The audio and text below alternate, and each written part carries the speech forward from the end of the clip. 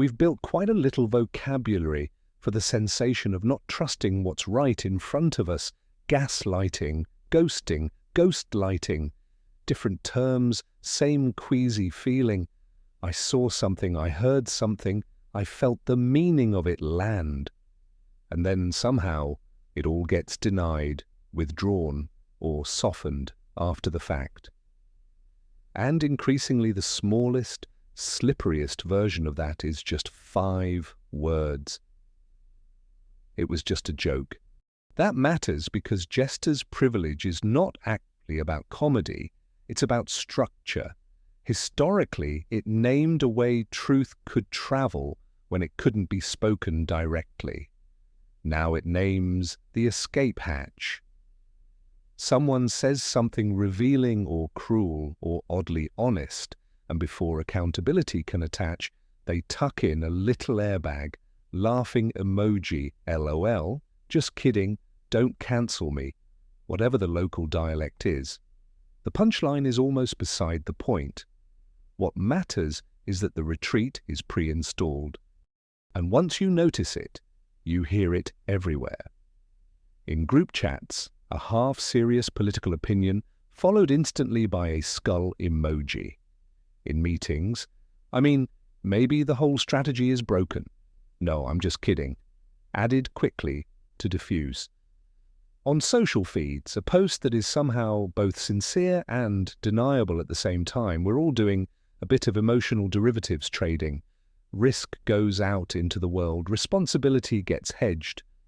The contradiction appears, but it doesn't stay still long enough to be dealt with. The old Jester, the court fool, was close to power precisely because he was officially unserious. That was the camouflage. He could say, in effect, the king is making a terrible mistake, this court is mad, everyone can see it. But only by wrapping the truth in nonsense, rhyme, insult, song. In Shakespeare, that figure gets sharpened beautifully. Lear's fool isn't just there for comic relief, he's diagnostic. He sees the structure everyone else is trapped inside.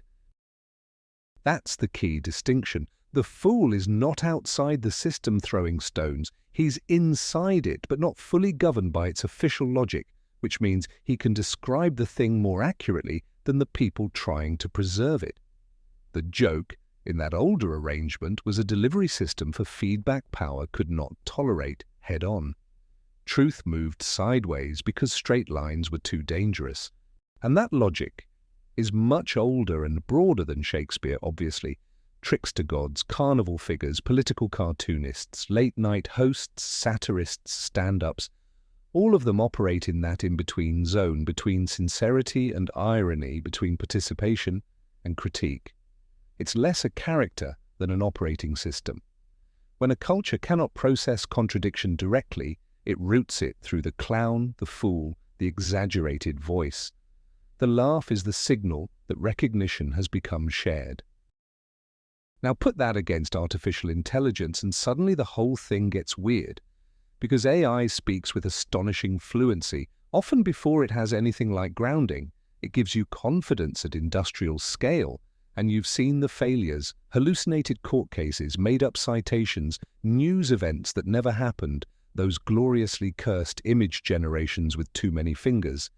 6, 7, I think one had about 12, which felt ambitious. The machine says nonsense in the tone of a prefect. What do people do with that? They joke. They screenshot the worst answers, circulate them, parody them, push the model into absurd personas, ask it to become its evil twin, bait it into grand declarations. But the joke isn't only mockery, it's a test. How wrong can this thing be before we stop treating fluency as intelligence? Where exactly does our trust run out? That's why this is bigger than misinformation. We are not merely arguing over facts. We are losing stable criteria for what it feels like to know something. Language is everywhere. Explanation is everywhere. Confident output is everywhere. And trust is weirdly thin. If a polished paragraph can be true, false, synthetic, copied, hallucinated, or strategically massaged, and all of them look more or less the same on the screen, then intelligence itself becomes theatrical. Convincing performance first, grounding maybe later. Here's the inversion that really interests me. Historically, Jester's privilege allowed critique to move upward into power. Now power has learned to wear the Jester's mask. Politicians say something inflammatory, supporters call it trolling, critics object, and then everyone is told they lack a sense of humor. CEOs do the same thing in a different accent. Memes, shitposting, stunt announcements, breezy provocation. If it lands well, it was bold. If it lands badly, it was banter. The Doge episode captured this almost too perfectly. A meme logic, internet joke, ironic mascot, disruption aesthetic, slides into an actual government efficiency apparatus. Agencies get restructured, programs get cut, jobs disappear, governance is spoken about as if it were code to be debugged. Then the whole thing fragments into ambiguity. Claims are hard to verify, structures wobble, pieces recede, pieces linger. Was it policy? Was it performance? That's the point. The answer never quite settles. And when power becomes the jester becomes a mask. The old fool risked something by speaking. The new powerful clown risks less, because ambiguity is the method. A statement can always be reclassified after the fact: joke, sarcasm, provocation, trial balloon, content. Criticism is then reframed as interpretive failure. You didn't misunderstand the policy, apparently, and you misunderstood the vibe. You can feel the same pattern in workplaces and product culture.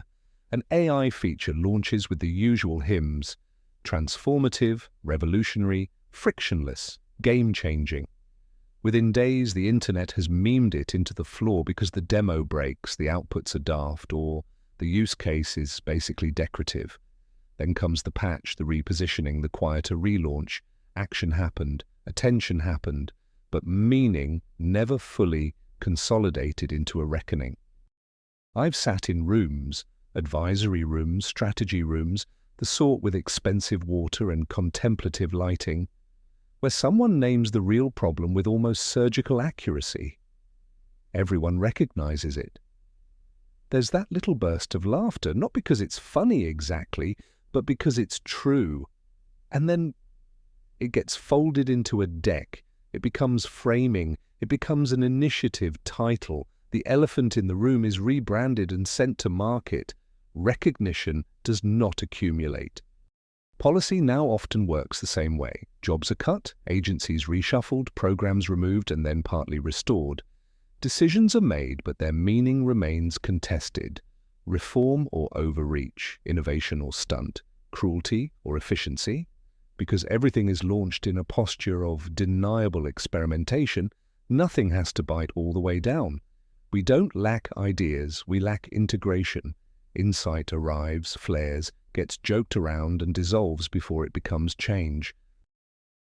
So we end up with Jester's privilege running in two directions at once. From below, humor is still diagnostic. People joke to cope, to signal what they see, to stay sane inside systems that don't process direct speech terribly well. From above, humor becomes strategic ambiguity. Power jokes to float ideas, test limits, blur intent, and dodge the full weight of ownership. Same mechanism, very different stakes. The risk is not that people are laughing too much. It's that contradiction has become permanently visible and permanently unresolved. Every serious statement can be reframed as comedy. Every warning can be turned into content. If that becomes normal, what do institutions look like? What does a public sphere look like? What does a team meeting look like when nobody can quite tell whether the strongest thing said in the room was meant, half-meant, or pre-withdrawn? Maybe the practical question is very small. When you hear something shocking followed by, "I'm kidding," ask yourself, what if they aren't? What changes in how you listen? Foresight, to my mind, starts there. Not by competing with the joke, but by paying attention to where the same jokes keep repeating, where the same contradictions keep surfacing, and treating that repetition as data. If Jester's privilege is how we speak when truth feels unstable, then the next breakthrough may be embarrassingly simple, a form of speech that can carry what matters without needing irony as protective gear.